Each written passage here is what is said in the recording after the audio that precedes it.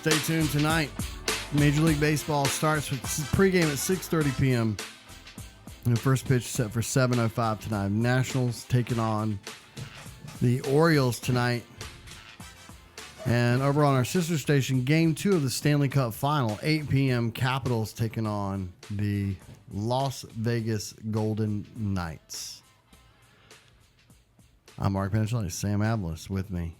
And we still have more basketball to talk today as the NBA Finals start tomorrow night right here on 252 ESPN Radio. Michael Norwood, our resident basketball insider. We're not only going to talk NBA Finals, but we'll discuss what maybe Houston and Boston might need to do in order to find themselves not eliminated at this point in the season, as well as some other things. But I guess, we haven't had a chance to really talk about you being a Sixer fan. Does the Colangelo stuff bother you? How bothersome how affected are you as a fan of the team?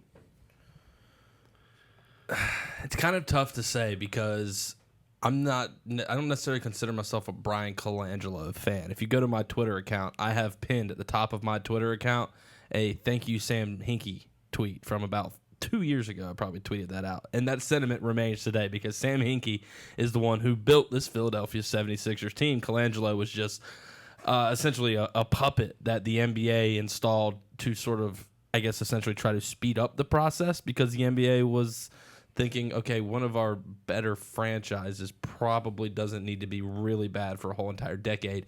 And the Sixers were kind of the first ones to come out and say, we are tanking on purpose. They were sort of we see a lot more of that now, but the Sixers were kind of the first ones to do that.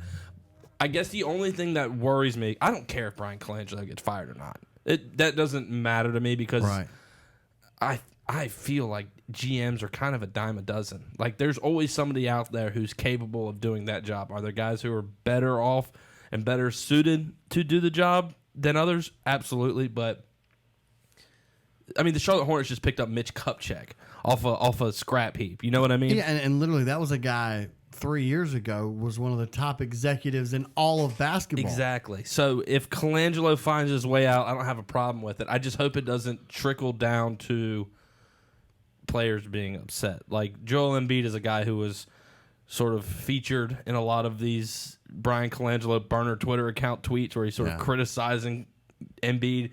I just hope that he doesn't take that personally. I know Sixers fans in the city of Philadelphia today, they're ready to just burn Colangelo at the stake for all of this. And if that's what happens, that's what happens, and I'm fine with that. But I don't read too much into it. It's really just a funnier story to me that, like, when Kevin Durant was doing the burner Twitter account, it was funny because Kevin Durant's kind of young still. And it's like, man, look how insecure this young guy really can kind of be.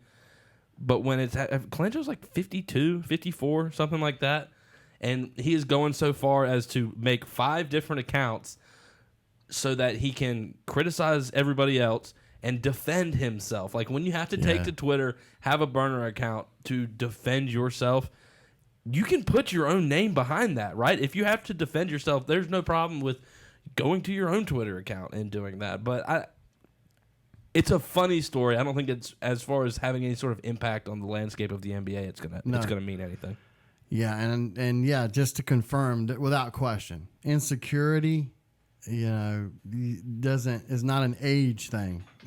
When you look at Colangelo, absolutely. I mean, there are plenty of older people who are absolutely insecure with their job performance, insecure with their looks, insecure with whatever. And I get it. I mean, it's funny because, again, he's a guy who doesn't get the credit because Hinkie gets the credit for putting it all together. And ultimately, the guy who comes in there, listen, guy, you're in the same position.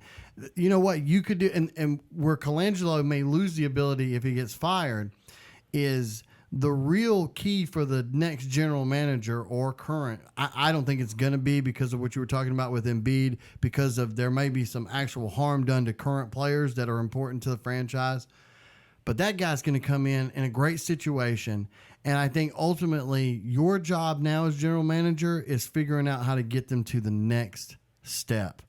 making the right moves to take Philadelphia from that 50-win playoff contender team to a legitimate Eastern Conference championship contender. And I think, literally, I know you agree with me too. They are a move or two away, and we'll discuss this more when Norwood gets here. But they're legitimately a couple of moves away, or Fultz getting healthy away from being at that level. Yeah, I think so. So this is just a story that we're going to have to continue to follow. The Sixers have launched an internal investigation, and the report all afternoon has been that Colangelo is calling up every single one of these players that was referenced in these tweets and apologizing and saying, this wasn't me. And Joel Embiid even came out and said the same thing. He was like, yeah, Colangelo reached out to me, said it wasn't him. He said, you've got to believe him until it's proven otherwise. So, I don't know. If you need to go and read it, the original story is on The Ringer, and they did some deep diving as far as to, passwords and just similarities between tweets and investigating who these accounts were following. And a lot of the followers were the same people, and they were, teammates of his son, who is a ball player in high school. It's like these burner accounts were following his son's friends and stuff like that. And conveniently, they all went dark.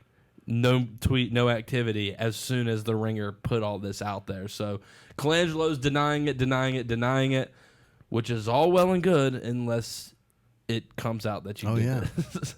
Oh, yeah. And what's funny, is it funny to you that we treat this like some heinous legal trouble? Right. When it's okay, it's just some idiot on Twitter. Right. Because, the closest thing to it in a real criminal world is, I guess would be like identity fraud. Maybe? Yeah. Where you pretend to be someone that you're not. Right. Yeah. Should we I think I want to make a Twitter burner account now and just troll you all the time.